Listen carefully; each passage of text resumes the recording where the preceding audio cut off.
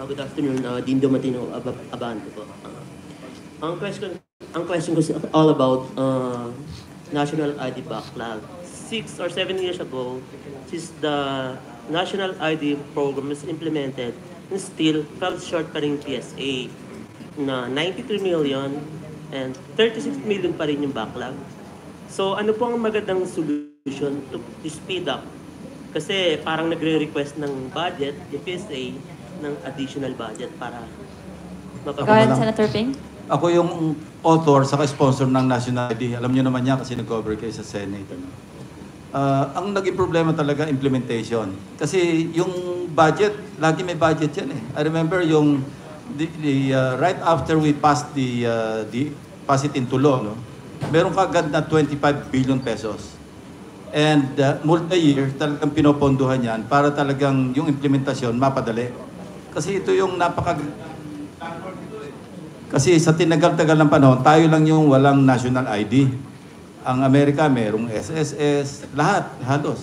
Tayo, naiwan parang isa lang tayo sa 2 o 3 bansa, kasama yung Bangladesh, na walang national ID. So sa wakas, naipasa in spite of so many opposition, ano, from, alam mo na, mostly from the left-leaning groups, ano, ayaw nila. For example, yung NPA, ayaw nila may ID kasi hindi na magamit yung nom de guerre nila, yung aliases. Ano. Pero unfortunately, maganda sana, very smooth sana yung first year. Ang narinig ko rito para may nakialam doon sa bidding kaya medyo na-discarril yung implementation. Kasi pagka pinakikialaman para pagkakakitaan, doon na talaga nagkakaloko-loko yung batas para ma-implementa ng maayos. Sir, kung ganito mangyayari...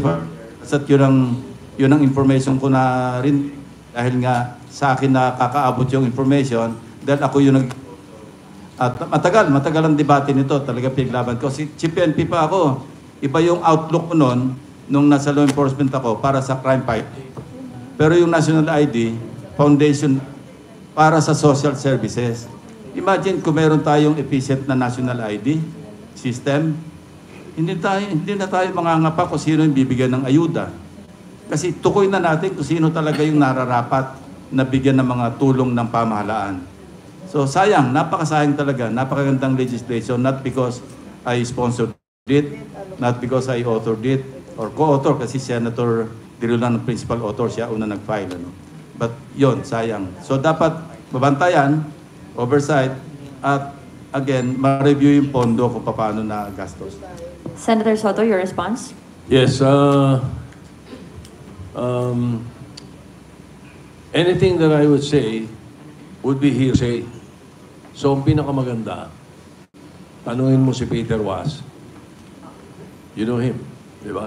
O siya nakakaalam na dahil sila unang nanalo sa bidding bago sila inagawan ng kung sino. Sir, may concern na baka kung laging ganitong delay, baka yung tao hindi na magpa-register. So, yung iba kasi sinasabi, useless nga daw yung national ID kasi hindi in-honor ng bank because walang signature. So, is this useless or useful? Yes, Senator. Backlash yan eh.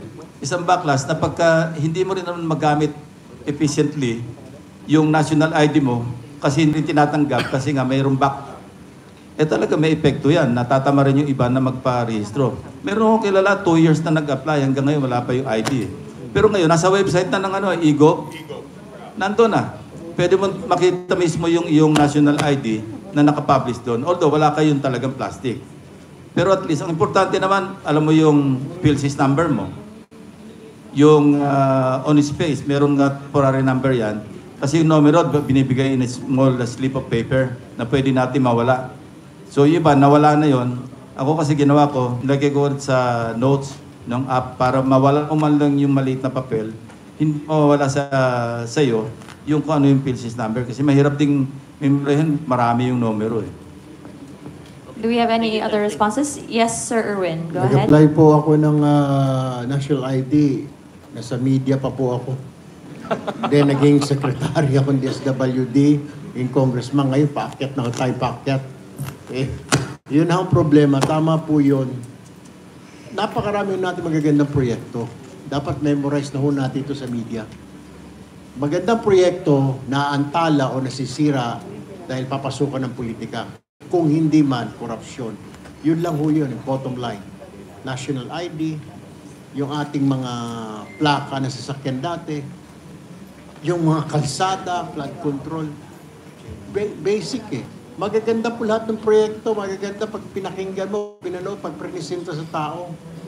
Pag pinasukan na po ng politiko yan, pag pinasukan na po ng korupsyon, tapos ang project, kagaya po niya na antala dahil may mga nagreklamo, gusto niya siya makakuha. Halos ganun din po dati yung sa plaka ng sasakyan. May gustong kumuha, may gustong umagaw. Kaya ho nagkakaletse-letse yung ating mga proyekto ng pamahalaan. Yun lamang po. Thank you so much. All right, if there are no more responses, I believe that is the last question for the day. And that's just about the time we have left for this press conference. Thank you so much, everyone. To wrap up today's conference, I'd like to call on once more for their parting statements, the Alianza senatorial candidates. Yes, you have one more statement. So I will call you one by one, and you may have your moment to share to our friends from the media. Starting with number 1 sa Balotas, Senator Ben-Hur Abalos.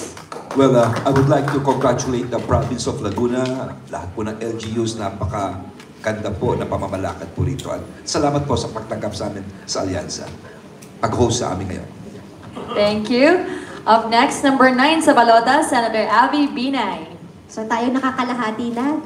Baka hindi, we have 19 rallies talaga tayo. We are now on our 11th, halfway there, and hopefully walang bibitaw hanggang sa dulo.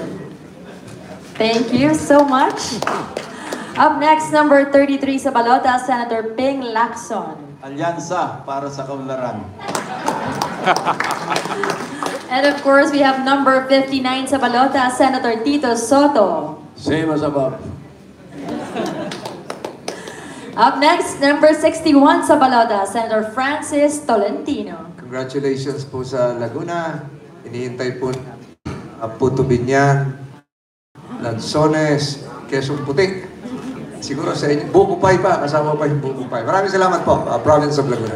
Thank you so much. And of course, lastly, we have number 63 sa Balotas, Senator Erwin Tulfo. Let me wrap it up. Maraming salamat po sa pagpunta. Thank you po. Good afternoon. All right, thank you so much.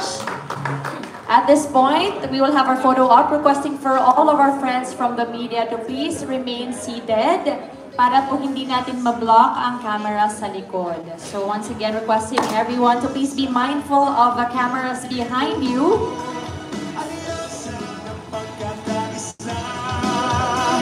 All right, hands together. So once again, thank you so much to all our friends from the media and of course for our esteemed senatorial candidates for gracing today's event. And we hope to see you all this afternoon sortie. Alright, ang galing ng mga sagot, diba? Sulit na sulit. Once again, ladies and At, gentlemen, please have a pleasant nako, day. We'll see you alam nyo na. at So, possibility, dalawa sa mga taga-alyansa ang mawala. Ay ni Marcos, palagay ko maraming matutuwa. And then, eto rin tong si Camille Villar.